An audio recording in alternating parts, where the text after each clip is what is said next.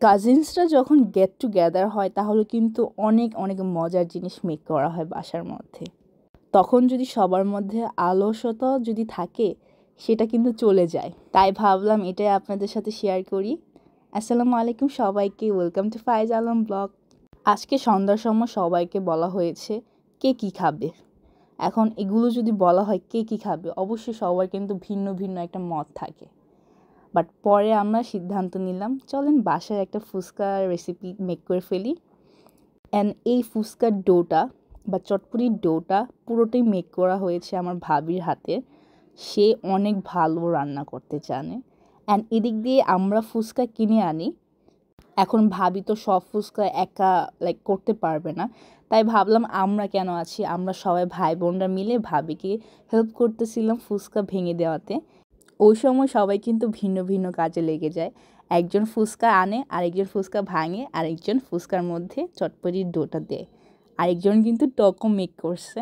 আর এই ছোট্ট ছোট্ট জিনিসের মধ্যে কিন্তু অনেক মজা পাওয়া যায়। এখানে কিন্তু ছোট্ট ছোট্ট পিচ্চি বাচ্চাগুলো আমাদের সাহায্য করছিল। তাদের সাহায্যের কথা বলতে পারবো না, বাট তারা একটু হলেও দুষ্টামি করেছে, বাট একটু হলেও সাহায্য করছে। অ্যান্ড এদিক দিয়ে প্লেট ভরে সবাই ফুচকা ভাঙা নিয়ে ব্যস্ত।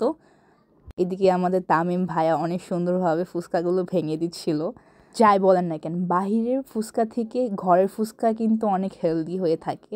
আর এখানে প্লেট ভর্তি পুরো ফুচকা মেক করা হয়েছে। দেখা যাচ্ছে কত না ফুচকা, এতগুলো কে খাবে, বাট অনেস্টলি যখন খাবার স্টার্ট করা হয়েছিল একটাও পাওয়া যায়নি। এতগুলো ফুচকা মানে মিনিটের মধ্যে সবগুলো শেষ।